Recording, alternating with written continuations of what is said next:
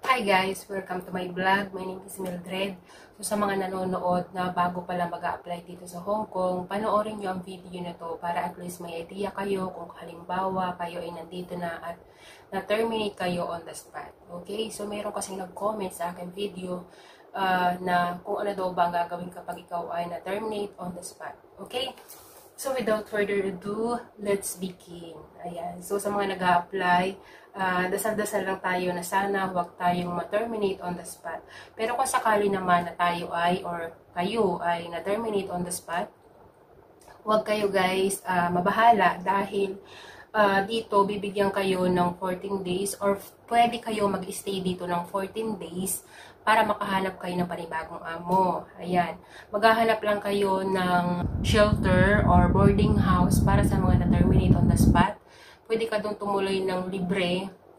Tapos maghahanap ka ng panibagong amo. Kasi yung agency mo na pinag-applyan sa Pilipinas at pagdating mo dito at na-terminate on the spot ka, hindi ka nila tutulungan. Iwan ko lang sa ibang agency kung ganun.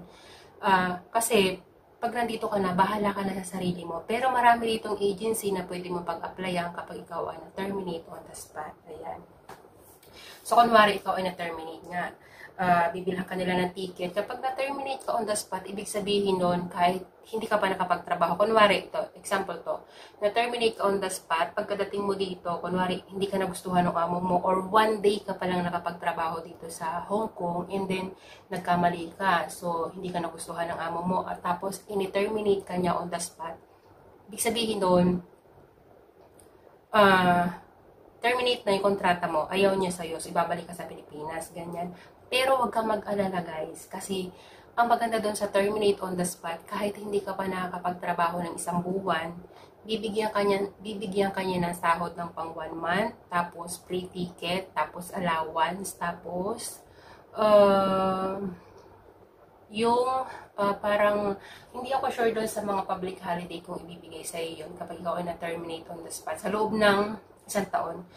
Yung kasi yung pagkakaalam ko, pag terminate on the spot ka, napaka-normal na mag-terminate dito ng domestic helper. So, yun yung kalaban natin dito, guys, yung terminate on the spot. Pero, wala naman dapat ipag-alala kasi kapag na-terminate on the spot, ulit-ulit na ako.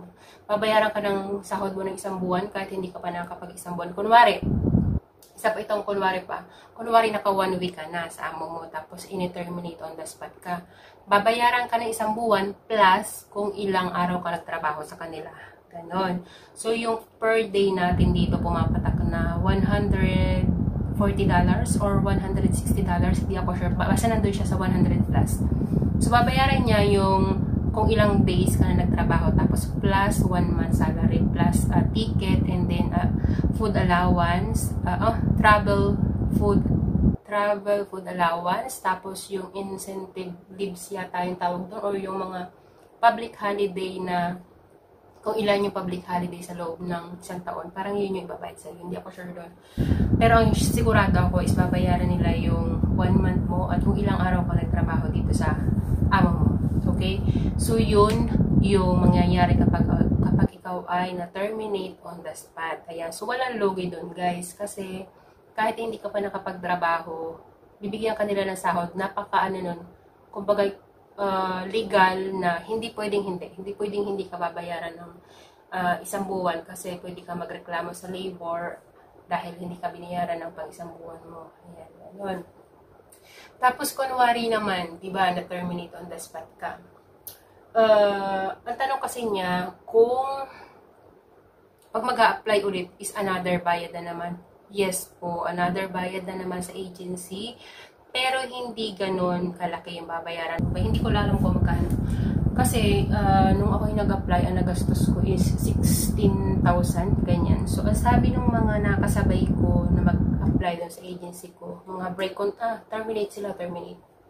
Kasi nga napaka-common ng termination dito sa Hong Kong. So, hindi daw ganun kalaki yung binayaran nila kasi nga galing na sila dito sa Hong Kong, na terminate lang sila. Yung iba, nag-break contract.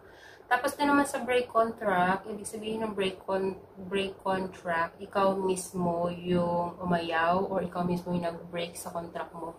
Kasi kunwari, hindi kayo nagkasundo ng amo mo or hindi mo gusto magtrabaho dun sa amo mo na yun, so mag-break contract ka, ang dapat mong gawin is nagbibigay ka ng 1 month notice. Ganyan, 1 month notice. Pero pwede ka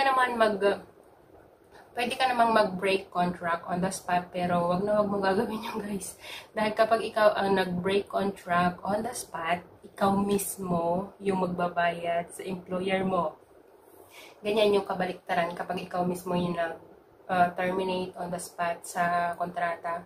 Ibig sabihin nung babayaran mo ng 1 month, ang 1 month na sahod yung iyong amo. Kunwari, like for example, sahod dito sa minimum na sahod dito sa Hong Kong guys is $4,990. So, pumapatak yun na 35,000 plus. Depende sa balitan. Minsan 35, minsan 36.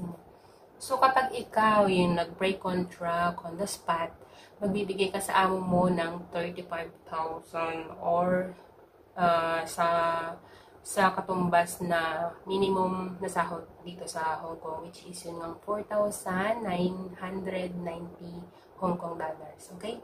So, sa mga nagbabalak mag-apply dito sa Hong Kong, dapat inaalam nyo yung mga rules and regulation dito, yung mga karapatan natin at yung mga karapatan din ng mga amo. So, yun lang naman yung dapat nyong tandaan na kung talagang hindi nyo kaya yung trabaho or kung talagang hindi nyo kaya yung ugali ng mga amo, kasi alam naman natin yan, kahit saan bansa naman, swertihan na makatagpo ng mabait na amo, ganyan. So, kung sakali na pagdating nyo dito, tapos hala siya, ang dami palang trabaho, tapos ganito, walang pala sa pagkain, ganyan. So, magbibigay ka ng 1 month notice. Ibig sabihin nun, ipapaalam mo dun sa amo mo, gagawa ka ng letter, ganyan, parang resignation letter, ganyan, gagawa ka ng resignation letter, tapos ihuhulog mo sa Dropbox. 1 month ka lang magtatrabaho, tapos break na yung contract mo or cut off na yung iyong visa. Ganyan. Okay, so sa mga nag-a-apply, paulit-ulit, dapat, kung gusto niyo mag-apply talaga dito sa Hong Kong guys, dapat kayo, mentally prepared, physically prepared, and money prepared. Expect the unexpected. Sabi nga sa agency, nung kami, 1 day before kami mag-flight orientation kami tungkol sa dito nga sa Hong Kong. Sabi ng agency, expect the unexpected guys. Okay? So, kayong mag-assume or wag kayong mangarap na mabait yung amo nyo or kunti lang yung trabaho. No guys. Dito guys, ang trabaho dito is 12 to 16 hours ikaw nagtatrabaho dito. Pero of course, hindi naman yung paspasan ng trabaho. Diskartihan kung paano ka magpapahinga. Okay? So, yun lang.